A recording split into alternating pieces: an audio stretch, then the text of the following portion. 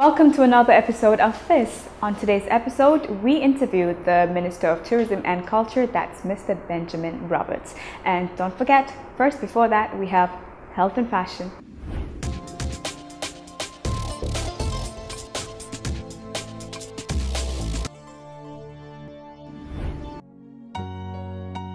Tight ponytails.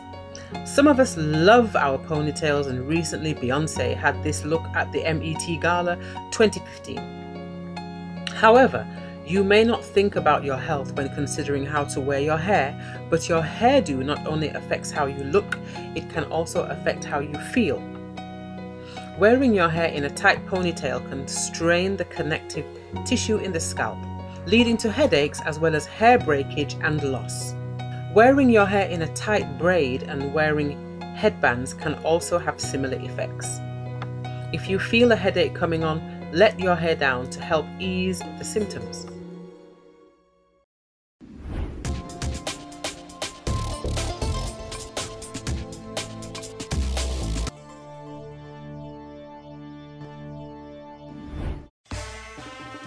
Smart Spaces, your real estate experts making all your housing dreams come true. We are getting bigger and even better. Now, we have moved to our new office at Paradise FM building at Pipeline. Now we are closer and our service will only get better. For more information, call us on 222-1122. 890-6855 333-1133. Smart Spaces. Smart choices. Welcome back from Health and Fashion. Right now we have the Honorable Minister of the Tourism and Culture. Welcome to Fess, Mr. Roberts. Thank you very much. Mr. Roberts, I think the big elephant in the tourist industry right now is Ebola. Now, we recognize that you've made huge efforts in countering the media backlash we've had from international reports that has affected not only the Gambia but West Africa itself.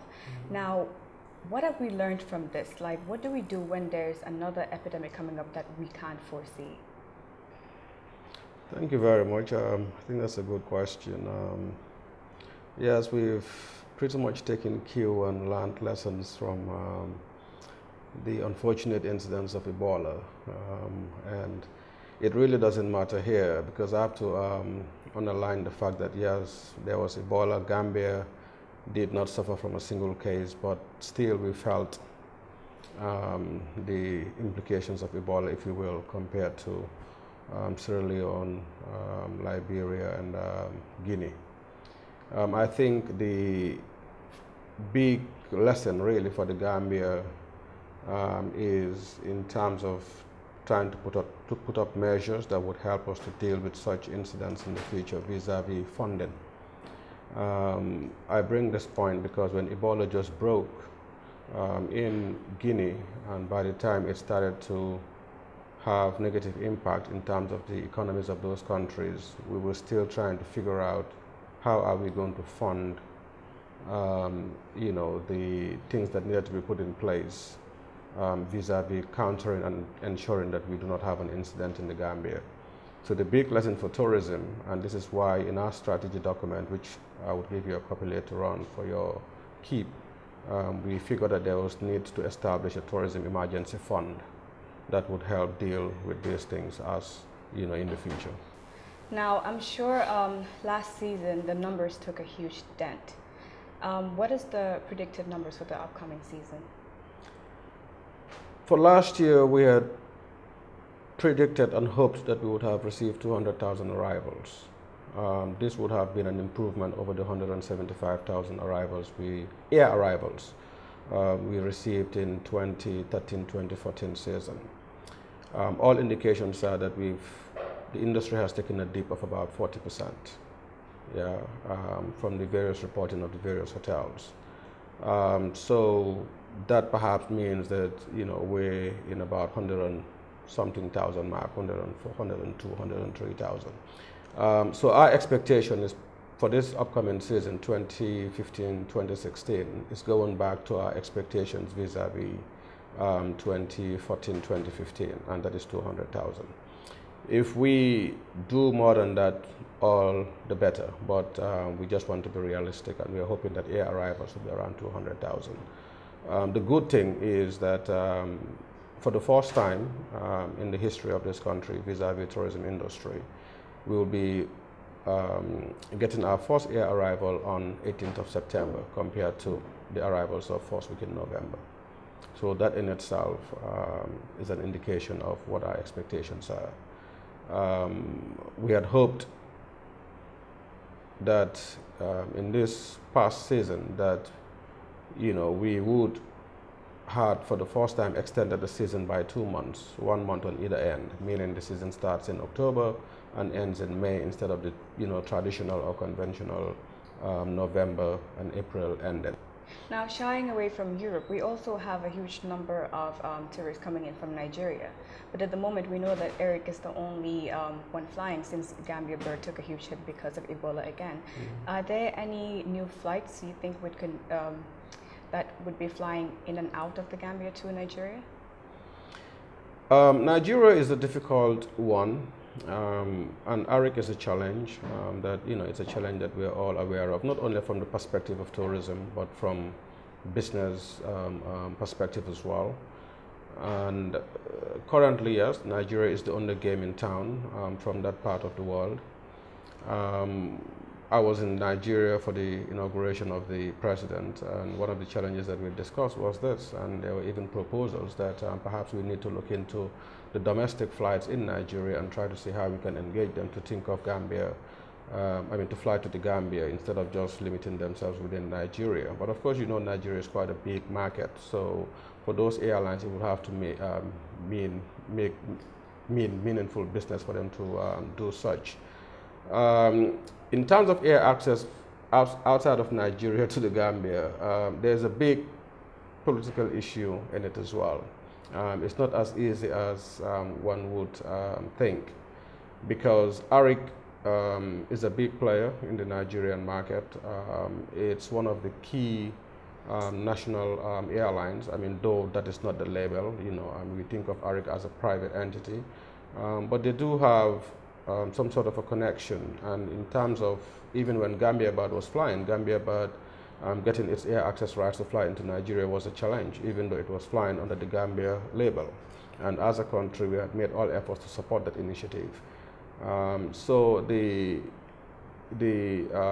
tapping or breaking into the Nigerian market vis-a-vis air travel is not that easy.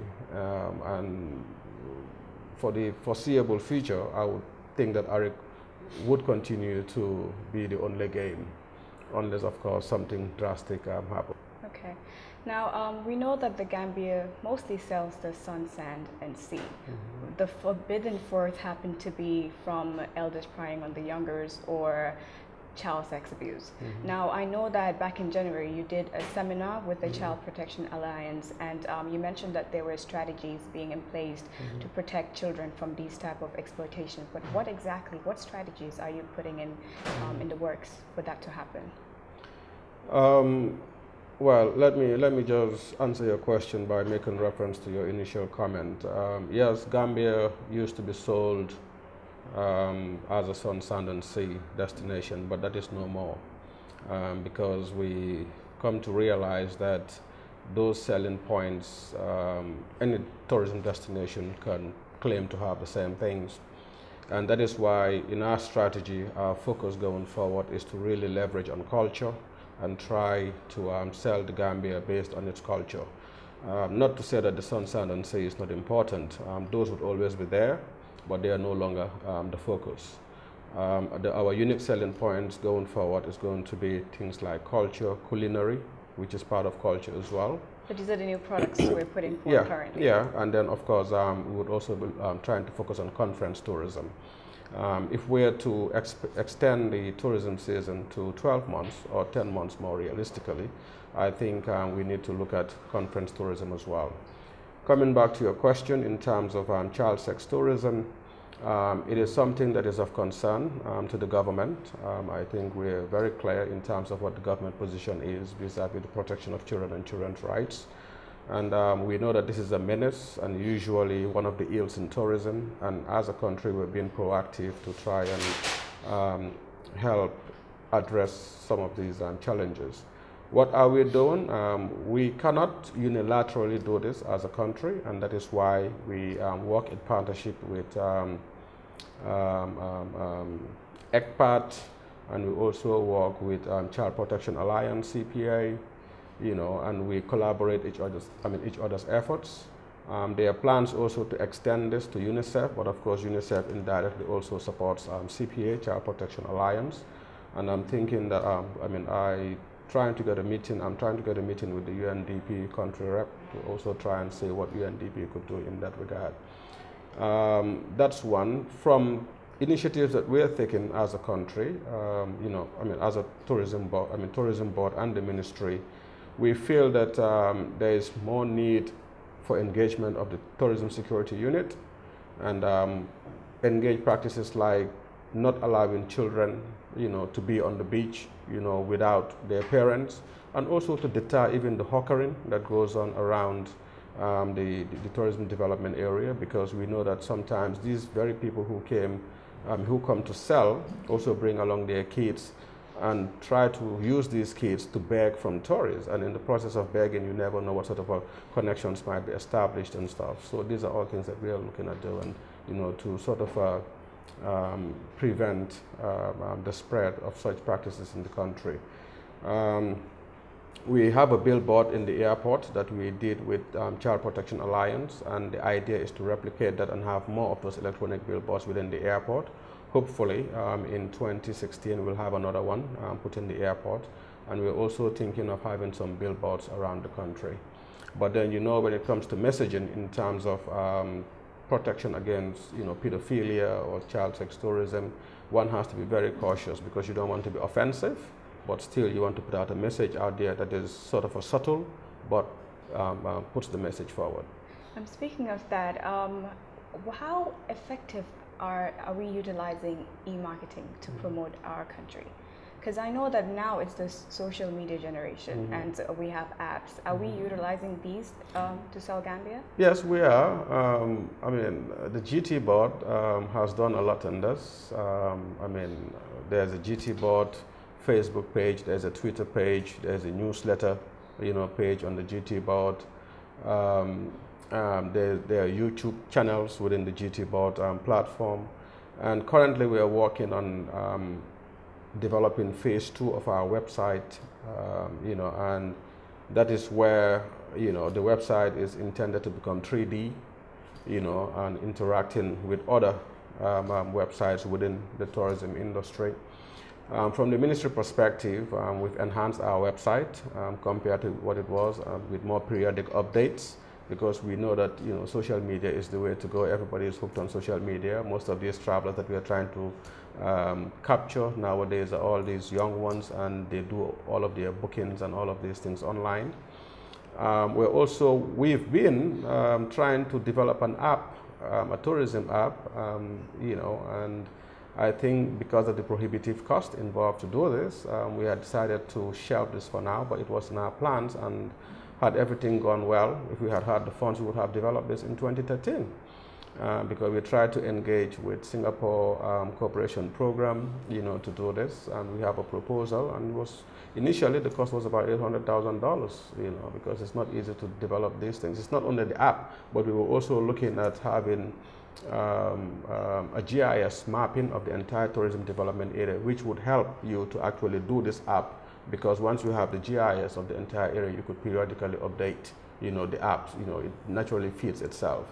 So just developing the app without the app being underpinned by a base, it wouldn't be effective. So you have to have a GIS mapping of the entire area, and out of that GIS mapping, now you extract an app.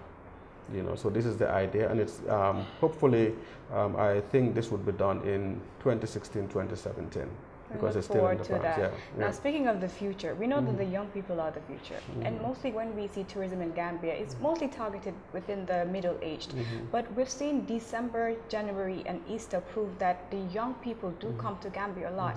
Are there any plans on trying to market and drawing the young tourists in Gambia? Yeah, there are plans. There are plans to even target the youth. WYSC is an acronym. Again, don't ask me what it means, but I've had meetings with them, you know, when I was, in Mexico, you know, about a year and a half ago, and we continue to have meetings and discussions, you know, when we go on these international trade fairs. The last one was in Germany.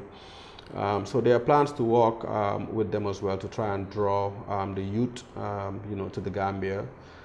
But, you know, we have so many plans, and we just have to focus and take each plan by the day, you know, year in, year out. But yes, there are plans to attract the youth. And one of the things that we've been thinking for some time now, vis-a-vis the US market, is trying to create exchange programs between black universities in the US with the University of the Gambia. Incidentally, I have a, you know, former friend of mine and a fraternity brother who's a lecturer at University of Missouri, Kansas City. You know, we school together.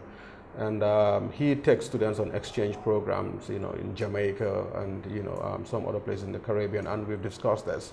But unfortunately, last year, Ebola hit, and therefore, you know, we couldn't progress with those plans. But hopefully, you know, it's something that will pick back up once Ebola completely dies off within the sub-region.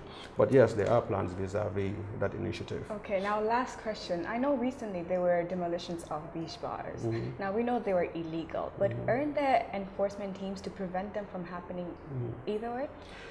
I totally agree. I think, you know, we were lax in terms of enforcement, but this is one of the challenges in Gambia, you know, the maslaha attitude, you know, people see something coming up and, you know, they don't take any action.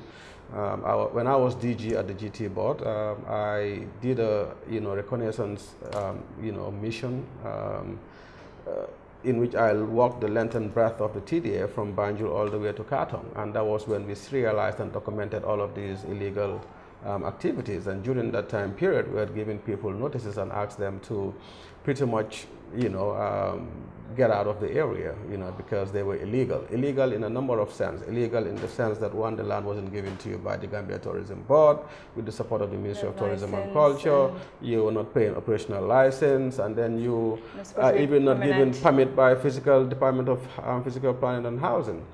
You know, but at the time we knew that we were going to do this, but we thought that, you know, the approach to doing this and having the necessary consultations and the requisite support from the various, you know, machinery of government was necessary, and it took some time, but we eventually had to come to do it. It's painful, and I can see where the question is coming from in terms of perhaps if we have been proactive and tried to stop this when they started building, you know, it would not have been this grave, you know, vis-a-vis the investments that they are losing. But I think one thing that we really did was to also engage with the people whose beach bars were about to be demolished, and we had a long meeting and, you know, try to explain to them the rationale behind it, and we're also supporting them to ensure that, you know, once all the illegal facilities are done away with and people now apply, and I understand there's been a rush at the GT board on Monday and Tuesday, people trying to put in applications, then we would support them to using the new prototype, which is going to be standard across the board. You know, of course, people can have their unifying, you know, or differentiating, you know, touches here and there for their beach bars to stand out, but the general prototype has to be the same. But once, you know, they're given approval, you know, we would support them. We've decided to reduce the application fee from 20,000 to 5,000, you know, because that 15,000 can make a difference. And we've also decided to waive the first-year operational license fee of $30-something thousand. So during the first year, you know, they can operate scotch-free. I think that's brilliant because it also helps with the employment rates in Gambia. Now, as you said before, I was going to ask you this, but you already mentioned it earlier. So the way to get the Gambia to be an all-round tourist activity, not just seasonal, is by culture, selling our culture, and conference tourism. All right, then I thank you for coming to Thank you very much. Joe, thank you for coming to Fess. And I have something that I want to give you. It's the Tourism, Culture and Hospitality Strategy Plan 2015 to 2020. Thank you very much. So this would tell you pretty much what we are looking at vis-a-vis the tourism industry in the next 5 years. All right, thank you very much. Thank you. That was the Honorable Minister of Tourism and Culture, Mr. Benjamin Roberts. Now, coming up next is Lubes.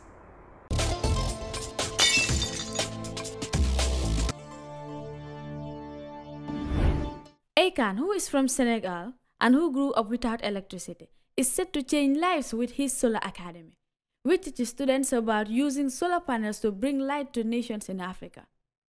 The award-winning producer and R&B singer hopes his project will provide electricity to 6 million people. The artist announced his plans for the school in late May this year. Located in Bamako, Mali, the school is aimed to help African engineers and entrepreneurs develop the skills necessary to enable them to produce solar power for over 6 million people. The academy is supported by the patronage of Selectra International. In collaboration, some European experts who will supply training equipment and programs such as panels, says the project official website.